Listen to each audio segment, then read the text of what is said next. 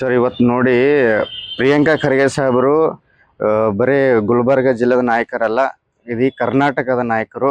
ಮುಂಬರುವಂಥ ದಿನಗಳಲ್ಲಿ ಉತ್ತಮವಾದಂಥ ಭವಿಷ್ಯದ ನಾಯಕರು.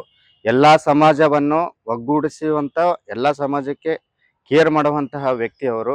ಇವತ್ತು ಪ್ರಿಯಾಂಕಾ ಸಾಹೇಬರನ್ನ ಯಾಕೆ ಯಾರು ಟಾರ್ಗೆಟ್ ಮಾಡ್ತಾ ಇದ್ದಾರೆ ಅಂತಂತಂದ್ರೆ, ಮುಂಬರುವಂಥ ದಿನಗಳಲ್ಲಿ ಏನಾದರೂ ಇವ್ರು ಬೆಳೆದರೆ ನಮಗೆ ಉಳಿಗಾಲ ಇಲ್ಲವಂತ ಒಂದು ಭಯ ಇದೆ ಅವರಿಗೆ, ರೈಟಾ? ಅವರಿಗೆ ಕರೆ ಮಾಡಿ ಮೂಲಕ ಅಂಜಿಸೋದು, ಸುಮ್ಮನೆ ಕೌಂಟರ್ ಮಾಡೋದು, ಏನೇ ಮಾಡಿದ್ರು ಕೂಡ ಪ್ರಿಯಾಂಕ್ ಖರ್ಗೆ ಸಾಹೇಬರು ಅಂಜೋ ಮನುಷ್ಯವ್ರಲ್ಲ.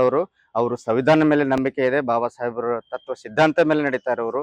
ಅದಕ್ಕಾಗಿ ಅವ್ರಿಗೆ ಯಾವುದೇ ರೀತಿಯಾದಂಥ ಯಾರು ಕೂಡ ಅಂಜಿಕೆ ಹಾಕುವಂಥ ಅಂಜಿಕೆ ಹಾಕಿದ್ರು ಕೂಡ ಅವರು ಹೆದರುವಂಥ ಮನುಷ್ಯರಲ್ಲ. ಸೊ ಅದಕ್ಕಾಗಿ ನಾನು ದಯಮಾಡಿ ಹೋಲ್ಡ್ ಮಾಡೋಣ. ನಿಮ್ಮ RSS BJPದವ್ರಿಗೆ ದಮ್ಮು ತಾಕತ್ತಿದ್ರೆ ನಮ್ಮ ಪ್ರಿಯಾಂಕ್ ಖರ್ಗೆ ಸಾಹೇಬರು ಏನು ಲೀಗಲ್ ಆಗಿ ಫೈಟ್ ಮಾಡ್ತಾ ಇದ್ದಾರೆ, ಕಾನೂನುಬದ್ಧವಾಗಿ ಫೈಟ್ ಮಾಡ್ತಾ ಇದ್ದಾರೆ. ಅವ್ರು ಕೇಳಿರ್ತಕ್ಕಂಥ ಪ್ರಶ್ನೆಗಳಿಗೆ ನಿಂಬಲ್ಲಿ ಧೈರ್ಯ ತಾಕತ್ತಿದ್ರೆ ಆನ್ಸರ್ ಮಾಡಿ ಸಾಕು.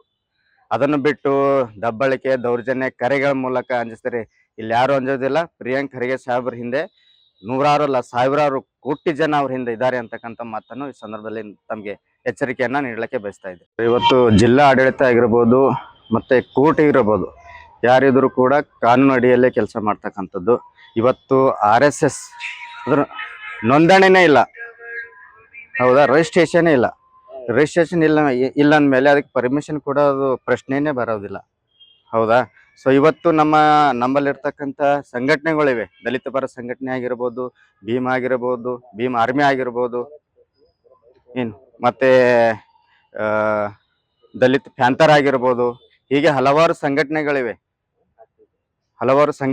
ಅದಕ್ಕೆ ರಿಜಿಸ್ಟ್ರೇಷನ್ ಇದೆ. ನಮಗೆ ಫಸ್ಟ್ ಪರ್ಮಿಷನ್ ಕೊಡಬೇಕು, RSSಗಲ್ಲ.